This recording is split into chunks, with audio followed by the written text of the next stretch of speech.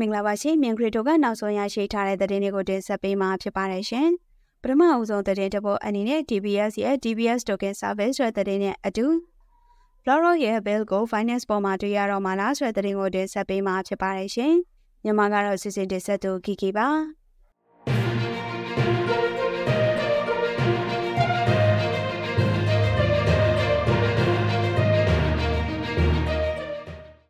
ပထမအဦးဆုံးသတင်းတစ်ပုဒ်အနေနဲ့ DBS ရဲ့ DBS token service ဆိုတဲ့သတင်းကိုတင်ဆက်ပေးမှာဖြစ်ပါတယ်ရှင်။စင်ကာပူရဲ့အကြီးဆုံးဘဏ်တစ်ခုဖြစ်တဲ့ DBS ဟာ DBS token service ဆိုတဲ့ blockchain service တစ်ခုကိုကြေညာလိုက်ပါတယ်။အဖွဲ့အစည်းတွေအတွက်ရည်ရွယ်ကဝန်ဆောင်မှုပေးသွားမှာဖြစ်ပြီးတော့ DBS ရဲ့ EVM compatible blockchain ပေါ်ကနေတဆင့်လုပ်ငန်းဆောင်ရွက်သွားမှာပါ။ဒီ blockchain ဟာ DBS ရဲ့အဓိက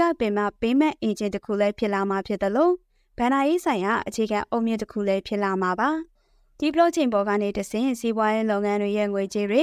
ကိုယ်ပိုင် token တွေငွေပေးချေမှုဆိုင်ရာတွေနဲ့စုပေးဖို့အတွက်တွေကို DBS ကနေဝန်ဆောင်မှုပေးသွားမှာလည်းဖြစ်ပါတယ်။ DBS လိုမျိုးလုပ်ငန်းစုကြီးတွေအနေနဲ့ blockchain ဆိုင်ရာဝန်ဆောင်မှုတွေပေးလာတာဟာ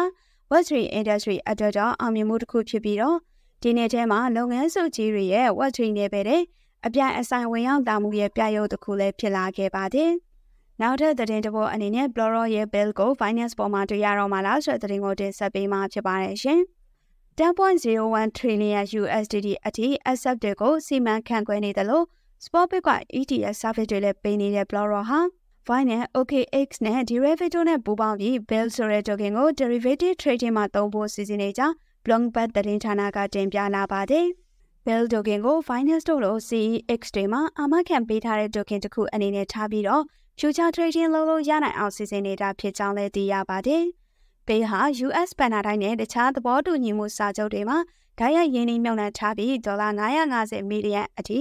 တန်ဖိုးရှိတဲ့ real world asset fund တစ်ခုဖြစ်တယ်လို့ USD နဲ့ 1:1 အချိုးတူညီနေအောင်ဖန်တီးထားတဲ့ Referral ရဲ့ကိုယ်ပိုင် token တစ်ခုလည်းဖြစ်ပါတယ်။လောလောဆယ်မှာ Falcon X နဲ့ Hidden Roll တို့လို crypto broker တွေကလည်း bill token ကိုအာမခံပစ္စည်းတစ်ခုအနေနဲ့အသုံးပြုနေကြပြီဖြစ်တယ်လို့DeFi stablecoin protocol တစ်ခုဖြစ်တဲ့ Ethena ဟာလည်းသူတို့ရဲ့ USDB stablecoin အသစ်ကို bill နဲ့ကြောတောင်းနောက်ခံပြုသွားမှာဖြစ်ကြောင်းဆိုခဲ့ပူပါတယ်။ဒါကတော့မြန်ခရစ်တိုကနောက်ဆုံးရရှိထားတဲ့သတင်းတွေကိုတင်ဆက်ပေးခဲ့တာဖြစ်ပါတယ်ရှင်။အားလုံးကိုကျေးဇူးတင်ပါတယ်ရှင်။ကောင်းသောနေ့လေးဖြစ်ပါစေရှင်။